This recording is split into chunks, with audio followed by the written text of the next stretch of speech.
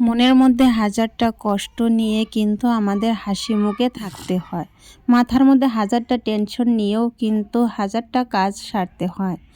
জানি না এইভাবে আর কতদিন চলবে। এরকম করে না আর পারছি না। একদমই ভালো লাগছে না। কী দিয়ে কী করব কি না করব একদমই বুঝতে পারছি না। জানি না সুখের মুখ যে কবে দেখতে পারবো, কবে যে উপরওয়ালা একটু মুখের দিকে তাকিয়ে আর কি একটু সাহায্য করবে আমাদেরকে, জানি না। তো সকালে ঘুম থেকে উঠে কিন্তু অনেকটা মাথার মধ্যে টেনশন নিয়ে কিন্তু কাজগুলো শুরু করছি। তো তোমরা দেখতে থাকো, আশা করি তোমাদের অনেকটাই ভালো লাগবে। এভাবে পড়েই কিন্তু মানুষের স্বভাব নষ্ট হয়, আজকে যেমন আমাদের। কিন্তু সব কথা খুলে বলতে পারছি না, অনেক চিন্তা ভাবনা করেই কিন্তু কথা বলতে হয় আমাদেরকে। যত কথাই শেয়ার করতে চাই না কেন কিন্তু করতে পারি না। জীবন যদি আসে, জীবনের সাথে যুদ্ধ করে বাঁচতে হবে। এখনকার যেরকম পরিস্থিতি, যেরকম কাজ একেবারেই নেই, কিন্তু আমাদের তো পেটে ভাত কটা তো দিতেই হবে, তাই না? জীবন যদি আসে, জীবনের সাথে যুদ্ধ করেই চলতে হবে। যে যুদ্ধে নেমেছি ভাবেছি যে একদিন জয়ী হবই। হাজার কষ্টের মাঝেও কিন্তু সংসারে কাজগুলো করতেই হবে, তাই না? তো চলো যাই হোক, কাজগুলো করে নেওয়া যাক। তো প্রথমে বলে নিই, শুভ সকাল বন্ধুরা, কেমন আছো তোমরা? আশা করি তোমরা সবাই অনেক ভালো আছো, সুস্থ আছো, আমরা ভালো আছি। চলে আসলাম আরও একটা নতুন ভিডিও নিয়ে। উঠোনটা ঝাড় দিয়ে নেব। আর আমাদের উঠোনটা তো অনেকটাই বড়, তোমরা জানোই। একদম ঝাড় দিতে দিতে না কোমরটা একদম ব্যথা হয়ে যায়। কিন্তু কি করব, ঝাড় তো দিতেই হবে। আমাদের গ্রামের বাড়িতে না 2-3 বার করে কিন্তু উঠোন ঝাড় দেওয়া হয়। দুদিন থেকে কিন্তু আমি ভালো করে উঠোনটা পরিষ্কার করতে পারছিলাম না। বাইরের কাজবাজগুলো তো করছিলাম, অন্যান্য কাজ করছিলাম, সেই জন্যে কিন্তু উঠোনটা অনেকটাই নোংরা হয়ে আছে। ভাবলাম যে আজকে ভালো করে একটু পরিষ্কার করে নিব। আর এই যে গামলাগুলো একটু সরিয়ে নিচ্ছি, এগুলো অনেক দিন ধরে এরকম এলোমেলো হয়ে আছে। তো একটু গোছগাছ করে নিয়ে ভালো করে ঝাড় দিয়ে নেব। এত পাতা পড়েছে কি বলবো তোমাদেরকে, পাতা পড়ে একদম বাড়িটা ভর্তি হয়ে গেছে। তো দেখি যতদূর পারি পরিষ্কার করে নেওয়ার চেষ্টা করব। আমাদের গ্রামের বাড়িতে যদি উঠোন নোংরা হয়ে থাকে না, তাহলে কিন্তু একদমই দেখতে ভালো লাগে না। একটা লোক আসলেও কীরকম যেন বিরক্ত লাগে। যেহেতু চতুর্দিকে গাছ থাকে, তো বড় বড় গাছ আছে, একদম পাতা পড়ে একদম ভর্তি হয়ে থাকে। আর ওই গাছটা টানলাম, উঠলো না, সেই জন্য ওদিকে সরিয়ে দিলাম। এখন দেখি উঠোনটা ঝাড় দিয়ে তারপর কিন্তু আরও অনেক কাজ আছে। আর এই ফালটাগুলো কিন্তু সরানো হয়নি, এইগুলো এইখানটায় গুছিয়ে রেখে দেব। আরও একটা বেড়া হবে, যেহেতু কিছু চারা গাছ আরও রয়ে গেছে। এখানটায় তো জায়গা নেই, যতটুকু জায়গা ছিল এখানটায় পুঁতে দেওয়া হয়েছে। আরও কয়টা চারা আছে, ওই সাইডে লাগিয়ে দিব। মানে ওই যে গেটের এই পিছন দিক সাইডের দিকে লাগাবো। তো এগুলো একটু ঝাড় দিয়ে পরিষ্কার করে নেব। এগুলোতে যদি মেয়ে হাঁটাচলা করে না, তাহলে কিন্তু আর পায়ে ব্যথা লেগে যাবে। তো এগুলোর মধ্যে কিন্তু আগুন ধরিয়ে দেব আমি ঝাড় দিয়ে। ভিডিওটা তোমরা দেখতে থাকো, আশা করি তোমাদের অনেকটাই ভালো লাগে। আর ভিডিওর মাঝখানেই বলছি, ভিডিওটা যদি ভালো লাগে তাহলে লাইক, কমেন্ট, সাবস্ক্রাইব করতে কিন্তু একদমই ভুলো না। আর দেখো এই সাইডটায় লেবু গাছ ছিল, লেবু গাছটা কেটে দেওয়াতে একদম ওই জায়গাটা পরিষ্কার হয়ে গেছে। একদম কীরকম আগে জঙ্গল জঙ্গল লাগতো, এখন কেটে দেওয়াতে না অনেকটাই পরিষ্কার লাগছে।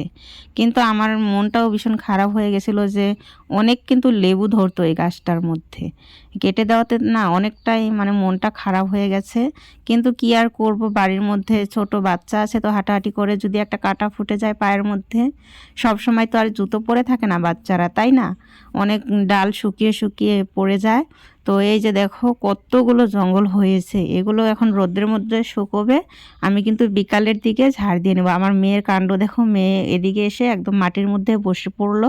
এরকমই করে ও। আমি যেখানে যেখানে কাজ করব, ও কিন্তু আমার পেছন পেছনই ঘুরবে। এখন চলে আসলাম এই যে বিছানাটা পেতে নেওয়ার জন্য। আর চাদরটা তো ধুয়ে দিয়েছিলাম, তো ওটাই শুকিয়ে গেছে। ভাবলাম যে পেতে নেই। বিছানা না গোছানো থাকলে একদমই কিন্তু ভালো লাগে না। প্রথমে যদি ঘরের বিছানাটা তোলা হয়, দেখবে যে পুরা ঘরটাই মনে হয় যে গুছিয়ে রাখা হয়েছে। আর মেয়ে কিন্তু আমার সাথে লেগে পড়ে গেল। ওকে যদি আমি এখন ধরতে যাই তাহলে কিন্তু ও কান্না করবে, সেজন্য ওকে আর ধরলাম না। ও যদি চুপ করে আসে তাহলে থাক। তো বিছানাটা তো গোছানো হয়ে গেল। এখন এই যে সোফার উপর দিকটা একটু গুছিয়ে নেব। আর বালিশগুলো ভেবেছি রোদ্রে দিয়ে দেবো। আর বালিশের কাভারগুলোও কিন্তু আমি খুলে নিয়েছি, ধুয়ে দিব, নোংরা হয়ে গেছে। যেহেতু ছোট বাচ্চা আছে না, মানে কাপড় চোপড় সব মানে বেশিরভাগই নোংরা হয় বিছানা টিছানা। তো এই যে কাপড় কালকেরও কিছু ভিজিয়ে রাখা আছে, ওইগুলো তো রয়েছে। আজকে আরও অনেক কাপড় চোপড় ভেজাবো। আমি ভয়েস দিচ্ছি আর আমার মেয়ে আমাকে দেখে হাসছে, তো হয়তো আওয়াজ তোমরা পেতে পারো, কিন্তু কিছু মনে করো না। তো এখন কাপড়গুলো ভিজিয়ে নিয়ে একটু মানে ভিজতে দিব, যাতে নোংরাগুলো একটু হয়, মানে তাড়াতাড়ি যেন পরিষ্কার হয়ে যায়। তো প্রথমে একটু ভিজিয়ে রাখলে দেখবে যে কাপড় চোপড় কিন্তু তাড়াতাড়ি পরিষ্কার হয়ে যায়। তো এখন কিন্তু আমি ঘরটাও মুছে নেব। তো এই যে বালতি ভর্তি করে নিয়ে চলে যাচ্ছি, আর মেয়ে তো আমার পিছন পিছনই থাকবে। আর দুটো ঘর কিন্তু আজকে মুছবো না, একটা ঘরই মুছবো। প্রত্যেক দিন দুটো ঘর মুছতে গেলে না অনেকটাই অসুবিধা হয়ে যায়। আর আমার মেয়েরও কিন্তু ঠান্ডা লেগে গেছে, একটু আরাম হয়েছে এখন, কিন্তু তাও ও তো আমার পিছন পিছনই ঘুরে। আর এই দেখো জুতো পরিয়ে দিয়েছিলাম, ও কিন্তু জুতো খুলে ফেলেছে। তো এ ঘর ও ঘর এরকম করে করে আর কি ও দুষ্টুমি করছিল। কারো কাছে যে দিয়ে আসবো তাও থাকছে না। এখন তো বাড়ি চেনে একাই চলে আসতে পারে এখন। সেই জন্য গেটটা মেরে দিয়েছি, গেটটা মেরে দিয়ে তারপরে কিন্তু আমি ওকে নিয়ে কাজগুলো করছি। আর গেটটা যদি মারা না থাকে না, ও বাইরে চলে যায় রাস্তা দিয়ে, তো অনেক বাইক সাইকেল যাওয়া আসা করে, যদি কিছু হয়ে যায় সেই জন্য আমি সবসময় কিন্তু গেটটা মেরে রাখি। আর এই যে দেখো এক গামলা কাপড় ভিজিয়েছি, এইগুলো এখন কেচে ধুয়ে তারপরে এই যে মেয়েকে আমি গা ধুয়ে দিলাম। গা ধোয়ানোর পরও কিন্তু ঘুমিয়ে গেছে। এখন পর্যন্ত কিন্তু আমি কাপড়গুলো মেলিনি, শুধু কাপড় ধোয়া কেচে ধুয়ে মানে রেখে দিয়েছি। এখন চলে আসলাম কাপড়গুলো মেলার জন্য, যেহেতু ও একদম ভিজে গেছিলো। তো ভাবলাম যে ওর তো এমনি ঠান্ডা লেগে গেছে, আরও তো বেশি হয়ে যাবে। সেই জন্য ওকে গা ধুইয়ে আগে ঘুম পাড়িয়ে দিয়ে তারপর কিন্তু আমি কাপড়গুলো মেলে দিচ্ছি। আগে তো বাচ্চারই যত্ন নিতে হবে, তাই না? যদি বাচ্চাটা সুস্থ না থাকে তাহলে আমি কিভাবে সংসারের কাজগুলো করব।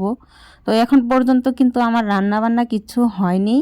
তো শুধু এই যে কাজগুলোই করে যাচ্ছি। এত মানে স্পিডে কাজ করি, তাও মনে হয় যে দিনটা তাড়াতাড়ি শেষ হয়ে যায়।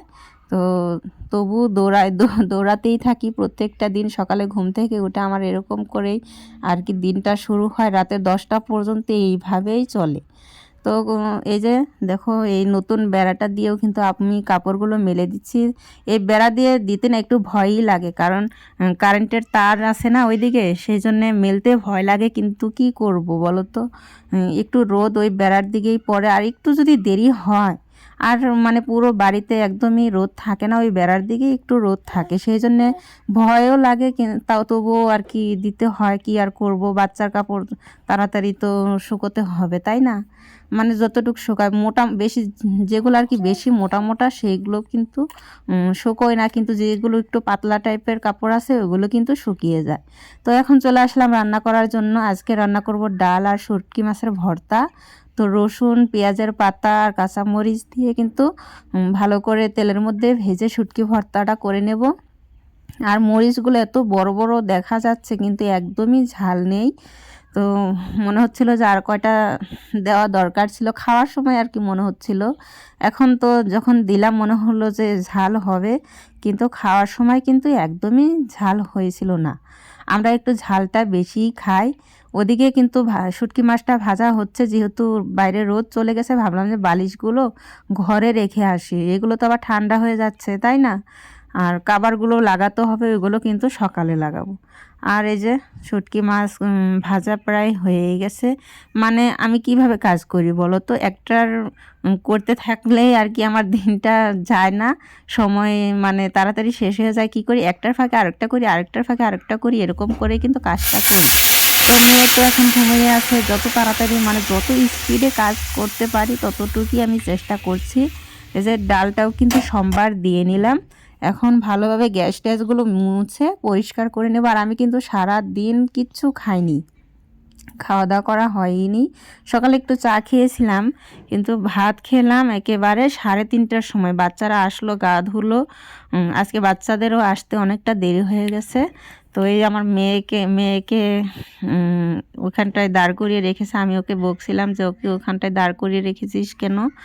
তো তো ও কিন্তু বলছিল এমনি দাঁড়িয়ে আছে। আমার ভাত খাওয়ার পর এতটা ঠান্ডা লাগে কি বলবো তোমাদেরকে, সেজন্য ভাবলাম যে একটু আগুন ধরাবো। এদিকে ছোট ছেলে কিন্তু আগে চলে এসেছে আগুন ধরানোর জন্য, সেজন্য ওকে একটু বকছিলাম আমি। তো মেয়ে তো ওখানটায় দাঁড়িয়ে আছে, থাক এখন আমি একটু বসে বসে আগুন তাপাবো। আর কাপড় চোপড়গুলো কিন্তু এখনও তোলা হয়নি, মানে প্রায় সন্ধে হয়ে এসেছে। ভাবলাম যে একটু হাত পাগুলো গরম করে নিই, এতটা মানে ঠান্ডা লাগছে কি বলবো তোমাদেরকে। আর মেয়ে যে কোলে উঠে বসে পড়লো, ও উঠলো সলাইটা নেওয়ার জন্যে। ও মানে সলাই পেলে ওর আর কিচ্ছু লাগবে না, শুধু সলাইটা ভাঙবে। সেই জন্য এই যে আমি মানে সরিয়ে রাখছি, এদিকে রেখেছিলাম, ও কিন্তু বুঝতে পেরে গেছিলো। তো এখন তো এই যে দুষ্টুমি করছে, মানে আকাশের দিকে চেয়েছে, কি বলছে না বলছে ওই শুধু জানে। তো মেয়ে একটু খেলা করতে থাক, বাচ্চাদের নিয়ে একটু দুষ্টুমি করব, তারপর আমি কাপড় চোপড়গুলো কিন্তু তুলে নেব। তো ভিডিওটা যদি ভালো লাগে তাহলে লাইক কমেন্ট সাবস্ক্রাইব করে দিয়ে আমার পাশে থেকো, আমাকে একটু সাপোর্ট করো। কালকে আরও একটা নতুন ভিডিও নিয়ে তোমাদের মাঝে চলে আসব। আর আমি কিন্তু প্রত্যেক দিন নতুন নতুন ভিডিও দেওয়ার চেষ্টা করব। সবাই ভালো থেকো, সাবধানে থেকো, সুস্থ থেকো। আজকের মতো এই পর্যন্তই।